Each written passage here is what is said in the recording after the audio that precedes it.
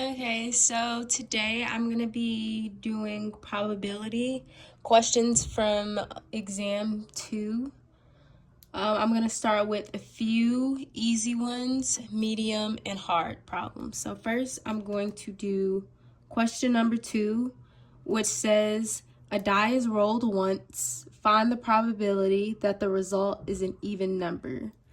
So first I'm going to do the sample space.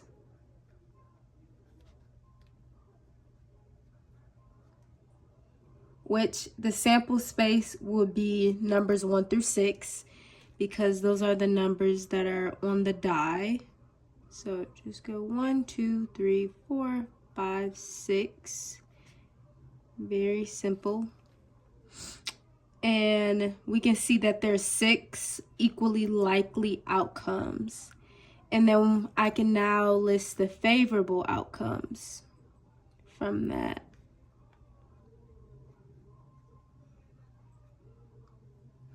It says find the probability that the result is an even number. So from the 6 equally likely outcomes, we can see that there's 3 even numbers, 2, 4, and 6. So these are considered to be the favorable outcomes. And so just come down here. The P stands for probability, and then I put even here in parentheses. That equals 3 out of 6 because there's 6 total outcomes and 3 favorable outcomes. So 3 divided by 6 is 1/2. And this is done. This is question number 2. Okay, now we're going to answer question 8, which says, what is the probability of drawing a red card from a standard deck of 52 cards? So I already wrote out there's 52 cards in the standard deck, so you just want to write out the given facts. And for the red cards, there's hearts and diamonds, and there's 13 of each. So 13 plus 13 is 26. So there's 26 total red cards. So that means the favorable outcome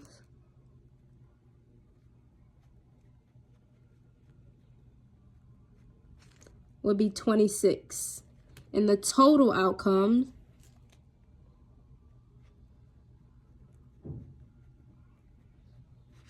is 52, since there's a total of 52 cards. So in order to find the probability of getting a red card, you would do favorable outcomes again divided by the total number of outcomes. So that would be 26 divided by 52, and that equals 1/2. That's it. Now we're going to answer question 12. It says a coin is tossed 3 times. What is the probability of getting at least one tail? So, we can write P at least one tail, which equals 1 minus P, the probability of no tails, based on, I just write here, complement rule.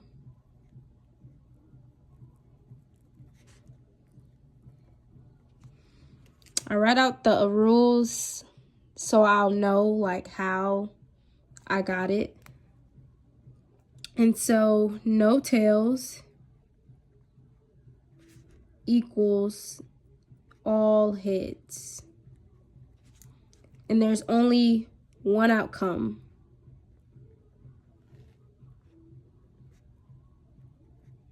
Only one outcome, which would be, to represent heads, we're going to write H. It would be 3 heads. So total outcomes would be 2 cubed, because there's only 2 choices, heads and tails. So that's 2 and 3 because there's 3 heads here. And that equals 8. So the probability of no tails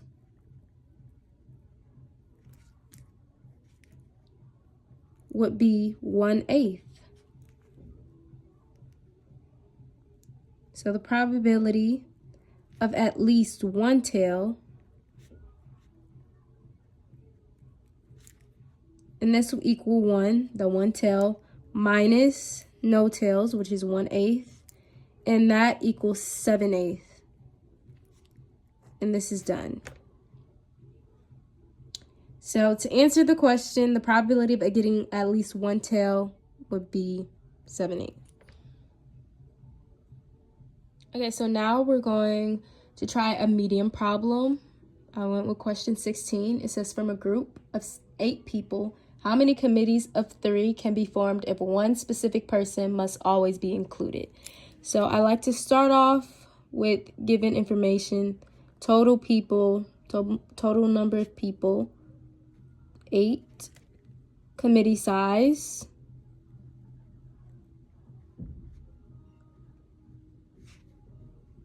of 3, and we're going to use combination here. This is where order does not matter. And so to know what numbers to plug in, here it says, let's do this. It says if one specific person must always be included.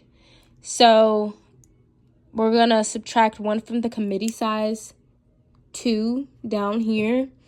And then for the number at the top, we're going to do 7.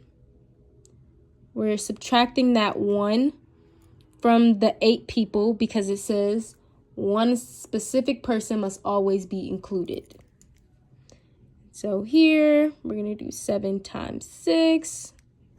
Get down, 2 times 1, which is literally 2. And this equals 21. So there will be 21 committees. And we're done. Okay, last problem, and this is from the hard problem section. And it's question number 40, which says a company has 4 men and 3 women. How many committees of 4 can be formed if the group must contain at least 1 woman? So first, we start out with the facts. There's 4 men, 3 women. Committee size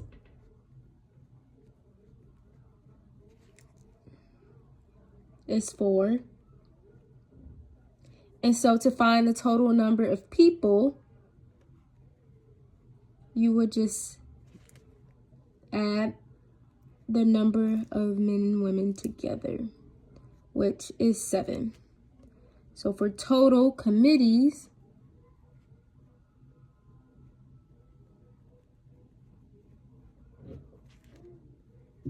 you would have 7/4. Total number of people over men.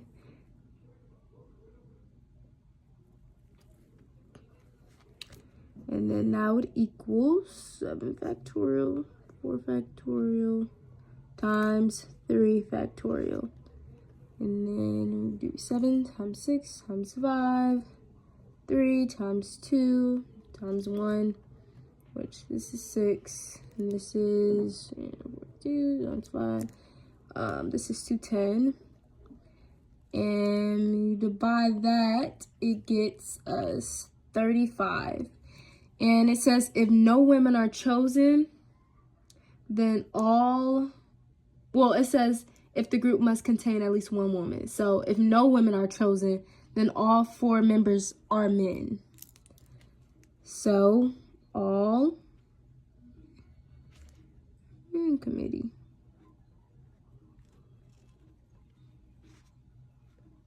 And this would be 4/4, and that just equals 1. That's simple. So committees with at least 1 woman, you would do the total. So the total we got from here, we see it's 35. 35, and then you will subtract that by 1. This is at least one woman. So there would be 34 committees. And we are done.